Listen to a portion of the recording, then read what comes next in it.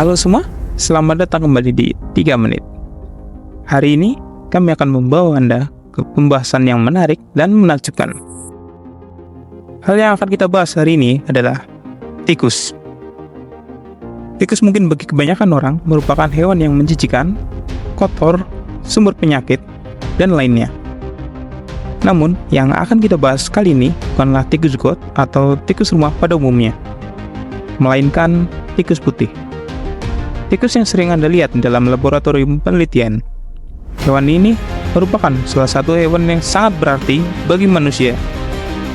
Dan bahkan hewan tikus putih telah banyak menyelamatkan jutaan manusia di dunia ini, dari dulu bahkan hingga sekarang.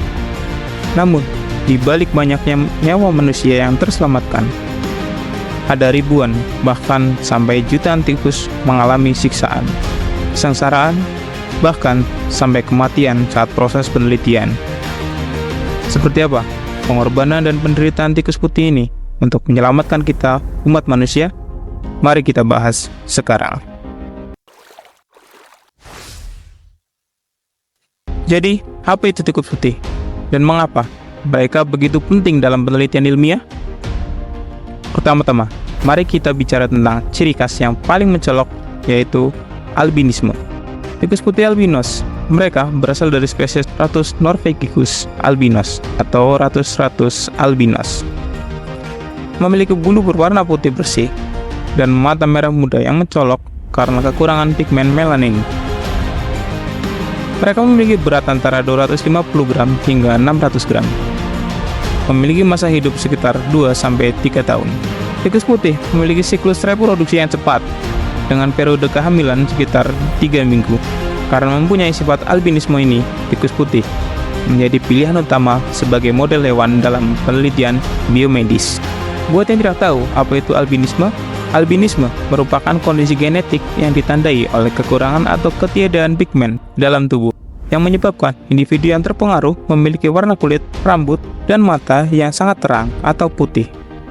Individu dengan albinisme seringkali memiliki kulit yang sangat sensitif. Dalam konteks ini, tikus putih yang sering digunakan dalam penelitian. Albinisme adalah salah satu ciri khas yang dipilih secara khusus untuk memudahkan observasi dan penelitian dalam lingkungan laboratorium. Sifat albinisme pada tikus putih membuatnya menjadi model hewan yang populer dalam penelitian biomedis karena kemudahan dalam pengamatan dan manipulasi genetik. Ada lebih dari sekedar penampilan yang menarik yang membuat tikus putih albino ini begitu istimewa untuk dijadikan subjek uji coba dalam penelitian. Alasan lain kenapa tikus albino pilih menjadi bahan eksperimen ialah karena genom mereka memiliki tingkat kemiripan yang mencengangkan dengan manusia, yaitu sekitar 85%. Ini berarti ada sejumlah besar kesamaan antara genom tikus putih dan genom manusia dalam hal sekuens DNA dan ekspresi genetik. Tikus putih memiliki 21 pasang kromosom, sedangkan manusia memiliki 23 pasang kromosom. Walaupun demikian, sebagian besar gen manusia ada dalam genom tikus putih, dan banyak kromosom tikus putih secara struktural dan fungsional mirip dengan kromosom pada manusia. Banyak gen yang mengatur fungsi-fungsi biologis dasar seperti pertumbuhan, perkembangan, metabolisme, dan sistem kekebalan tubuh yang memiliki fungsi serupa pada tikus putih dan manusia. Tikus putih sering dianggap sebagai model hewan yang paling relevan dengan manusia dalam penelitian genetika karena kemiripannya dalam genomik dan fisiologisnya. Penggunaan tikus putih dalam penelitian dimulai pada awal abad ke-20. Pada tahun 1909, seorang ilmuwan bernama Clarence Cook Liddell menggunakan tikus putih pertama kali dalam penelitiannya. Ia meneliti tentang warisan genetika tikus putih di laboratoriumnya yang berada di Harvard University. Penggunaan tikus putih sebagai model hewan percobaan sangat menguntungkan karena kemudahan pemeliharaannya, periode reproduksinya yang cepat, serta kemiripan genetika dengan manusia dalam banyak aspek. Sejak saat itu, tikus putih telah menjadi salah satu model hewan percobaan paling umum yang digunakan dalam berbagai bidang penelitian ilmiah. Dengan banyaknya kesamaan dengan genetik pada manusia inilah yang membuat tikus putih sering digunakan dalam penelitian seperti farmakologi, yang digunakan untuk menguji efek dan keamanan obat-obatan baru. Mereka membuat para ilmuwan memahami respon tubuh terhadap obat dan mencari terapi yang lebih efektif. Tak heran, tikus putih menjadi binatang di laboratorium-laboratorium penelitian di seluruh dunia. Sudah banyak uji coba yang dilakukan pada tikus putih pada sebuah penelitian, mulai dari penelitian biomedis. Pada penelitian ini bertujuan untuk mempelajari berbagai penyakit manusia seperti kanker, diabetes, penyakit jantung, Alzheimer, Parkinson, dan lainnya. Kemudian ada farmakologi. Pada penelitian ini, tikus putih dipaksa untuk menguji efek dan keamanan obat-obatan baru sebelum diuji pada manusia. Lalu ada genetika dan genomika. Pada penelitian ini, berguna untuk memahami fungsi gen tertentu, studi terkait penyakit genetik, dan mengembangkan terapi gen, dan juga toksikologi. Pada uji coba ini, tikus putih digunakan untuk mengevaluasi efek toksik dari bahan kimia atau zat-zat berbahaya lainnya pada organisme hidup. Dan masih banyak lagi seperti imunologi, neurologi, studi perilaku, penelitian diet, dan metabolisme. Penggunaan tikus putih dalam berbagai penelitian ini memberikan wawasan yang berharga tentang berbagai aspek biologi, kesehatan, dan penyakit, serta membantu dalam penanganan penyakit. Namun, di balik kesuksesan dari semua penelitian itu, ada harga yang harus dibayar oleh para tikus yang menjadi subjek dari uji coba pada setiap penelitian.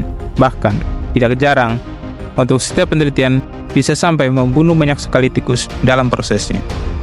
Beberapa contoh penelitian yang menggunakan jumlah tikus yang besar seperti penelitian farmasi. Dalam prosesnya, tikus ini akan dipaksa menguji berbagai obat-obatan, yang tentunya obat-obatan tersebut dapat mengorbankan tikus dengan jumlah yang banyak.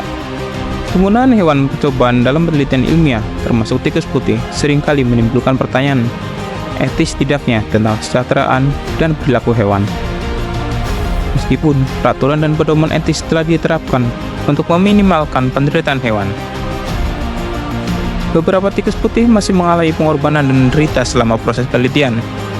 Banyak pengorbanan dan derita yang mungkin dialami oleh tikus putih selama penelitian, seperti tidak nyaman, rasa sakit, dan stres pasti terjadi, seperti pada prosedur invasif, yang dimana tikus putih akan menjalani pemasangan kateter, pengambilan sampel darah, dan operasi bedah untuk tujuan penelitian. Kemudian ada juga pengujian zat-zat kimia, yang dimana tikus yang terlibat dalam pengujian ini memungkinkan mengalami kerusakan organ, penyakit, atau kematian akibat paparan bahan berbahaya. Tikus-tikus yang dibuat untuk pengujian efek obat-obatan dapat mengalami gangguan gastrointestinal, gangguan neurologis, atau gangguan metabolik. Terlebih lagi, dalam proses penelitian, tikus putih sering dipelihara dalam kandang atau lingkungan yang terbatas, dengan sedikit atau tanpa stimulasi lingkungan yang alami. Kondisi ini dapat menyebabkan stres dan gangguan perilaku pada hewan. Tetapi, apakah tikus putih benar-benar satu-satunya hewan percobaan yang paling ideal? Mereka memiliki banyak kelebihan. Namun, tidak hanya tikus. Ada banyak hewan-hewan lainnya yang juga ikut berkontribusi pada penelitian ilmiah. Misalnya, mencit, primata non-manusia, dan ikan zebrafish. Mereka juga memiliki peran penting dalam memajukan pengetahuan kita tentang kesehatan dan penyakit. Pemilihan model hewan sebagai subjek penelitian tergantung pada persyaratan spesifik eksperimen yang akan dilakukan. Tiap model memiliki kelebihan dan kelemahan tertentu, dan penting untuk memilih model yang relevan dengan tujuan penelitian yang akan dilakukan. Jadi, apakah Anda masih beranggapan tikus itu menjijikan dan tidak berguna? Ada beberapa jenis mungkin iya, tapi tidak dengan tikus putih ini. Karena dialah, sekarang manusia masih dapat hidup. Pengorbanan dan derita rasa sakit, stres, bahkan hingga kematian dilalui tikus putih dengan terpaksa hanya untuk ikut menyongkong kehidupan dan keselamatan manusia. Itu dia, kisah pahlawan kecil kita, tikus putih. Semoga Anda memperoleh wawasan baru tentang salah satu model hewan percobaan yang paling penting dalam dunia ilmu pengetahuan ini. Jangan lupa untuk like, share, dan subscribe channel kami, dan tunggu di konten-konten menarik lainnya. Sampai jumpa.